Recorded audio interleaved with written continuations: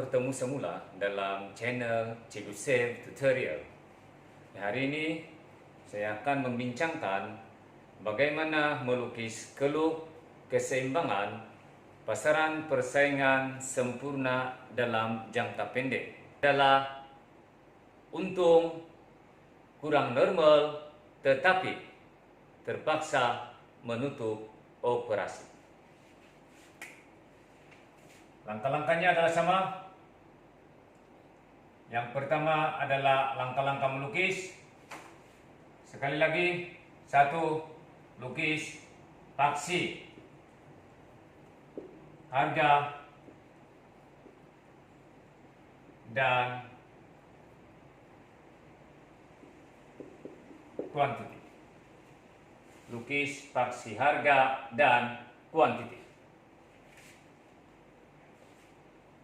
Ini adalah harga dan ini adalah kuantiti.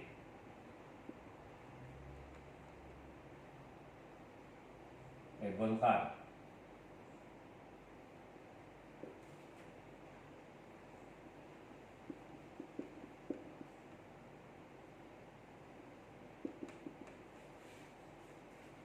Yang kedua, lukis keluk,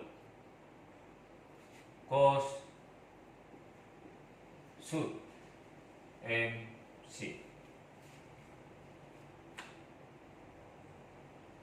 Ini adalah keluk MC.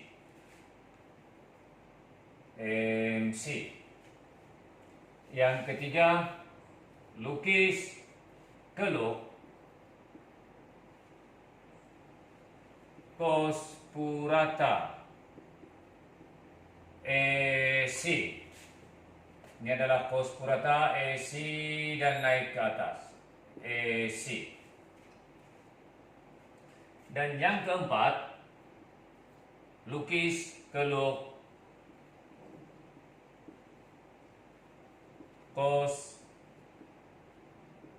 berubah purata, EVC. Ini adalah keluk EVC dan naik ke atas.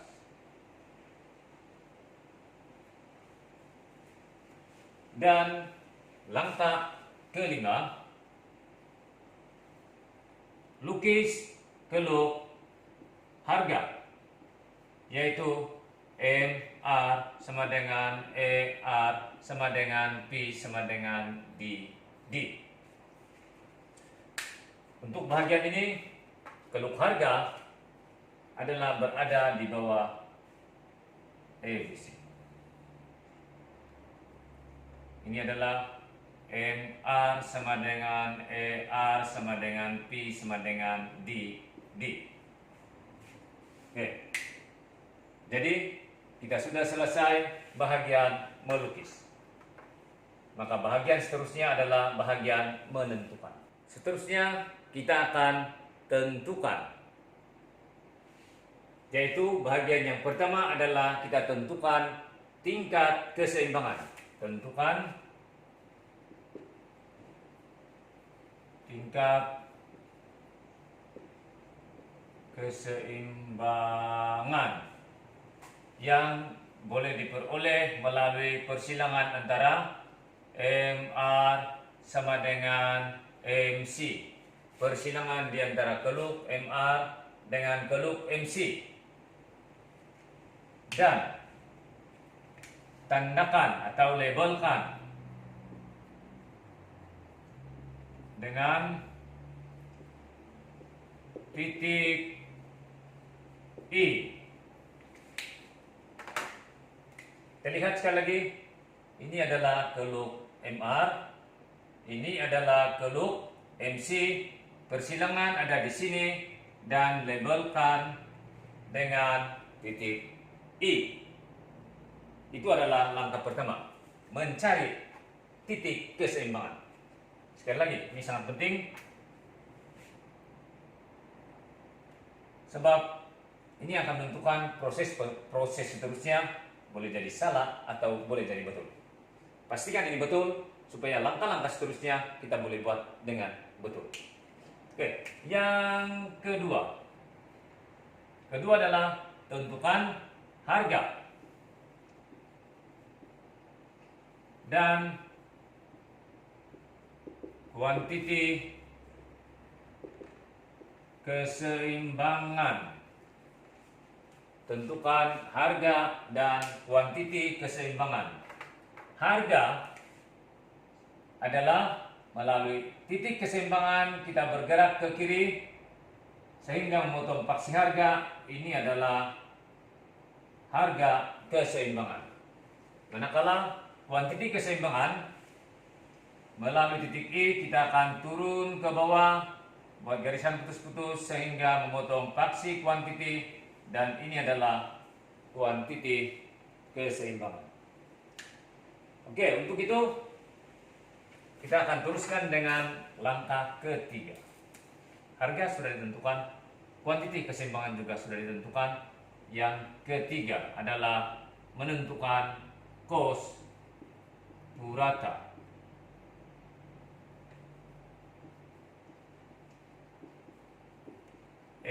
C. Kos purata ini sangat penting sebab untuk kita menentukan jumlah kos.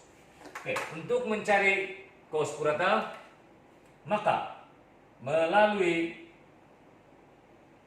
titik I, garisan putus-putus dengan QI kita naik ke atas sehingga jumpa ataupun bersilang dengan keluk kos purata AC. Sehingga bersilang dengan keluk kos purata dan tandakan dengan titik C, dan kita akan bergerak ke tepi garisan putus-putus sehingga bersilang dengan paksi harga, dan ini kita labelkan sebagai P1. Maka untuk case ini kos purata adalah P1.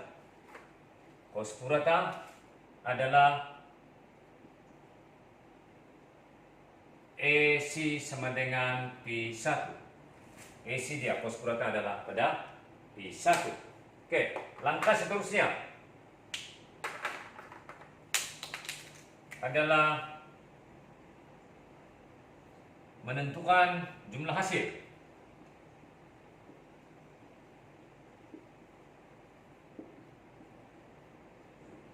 TR.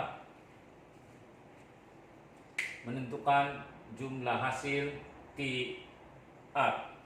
Oke, jumlah hasil TR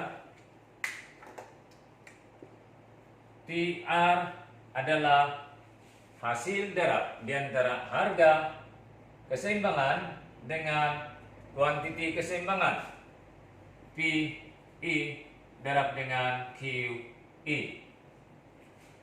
Dan kita boleh lihat ini adalah satu kawasan OPI-EQE. OPI-EQE.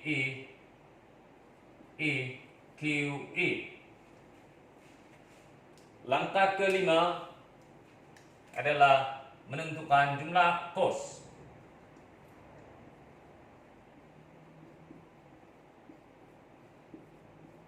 TC. Jumlah kos TC adalah hasil darab di antara kos purata dengan kuantiti. Melalui keluk kita boleh lihat kos purata dia adalah P1 di sini. Ini adalah kos purata dan kuantiti adalah kuantiti keseimbangan QI.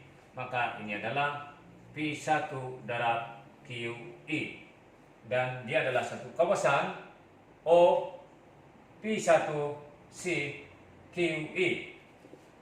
O P1C QI. Itu adalah jumlah kos. Dan seterusnya yang keenam adalah mengira atau menghitung atau menentukan tingkat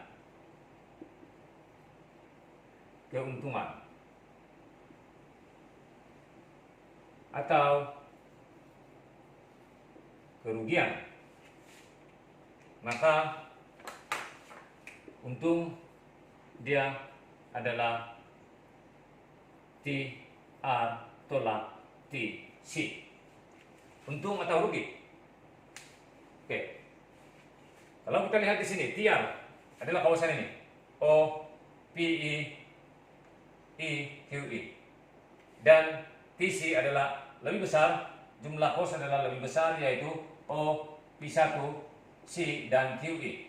Maka kerugian, sebenarnya kalau kita lihat jumlah kerugian adalah kawasan ini yang berlorek berwarna merah. Ini adalah kerugian. Maka di sini kerugian dia adalah rugi sebanyak P, E, P1, C, E. Ini adalah jumlah kerugian yang ditanggung oleh firma. Persoalan seterusnya adalah, adakah firma perlu meneruskan operasi atau terpaksa menutup operasi? Oke, seterusnya kita lihat sama ada firma teruskan atau tutup operasi. Maka ada dua pendekatan, yaitu pendekatan pertama untuk menentukan adalah perbandingan atau bandingkan antara harga dengan kos berubah purata EVC. Jadi kalau kita lihat, satu, jika P besar daripada EVC, maka teruskan.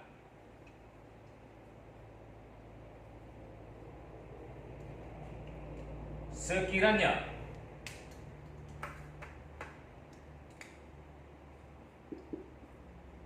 harga kurang daripada EVC, maka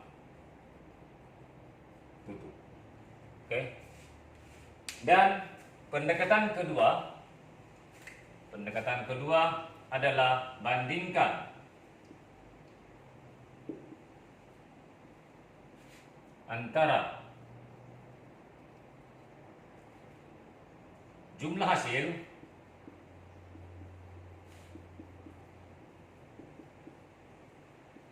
TR dengan jumlah kos berubah VC.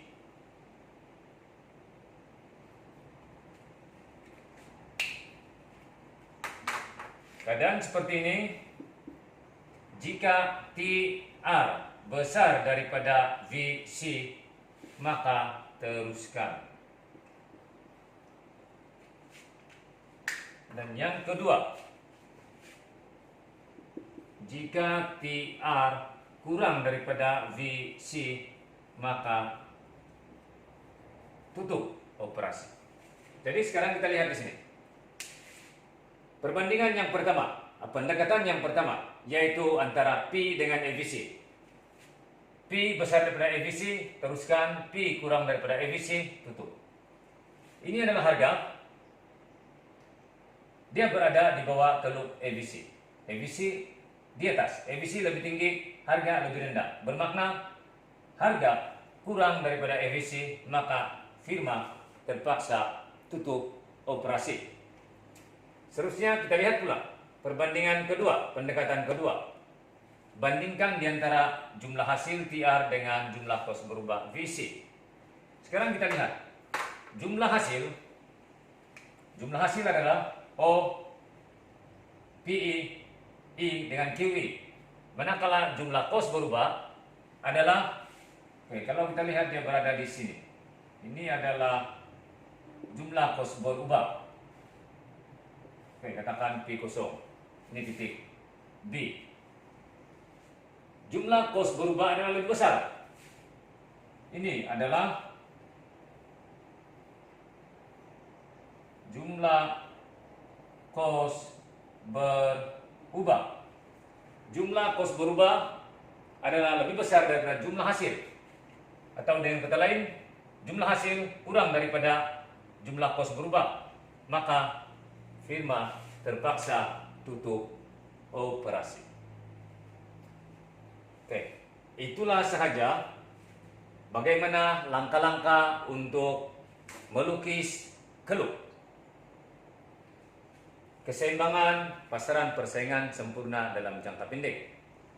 Satu persoalan di sini adalah apakah alasan-alasan atau mengapa sesebuah firma yang mengalami kerugian perlu tutup atau dia akan teruskan. Ini akan saya bincangkan pada pertemuan yang akan datang. Sekian dan terima kasih.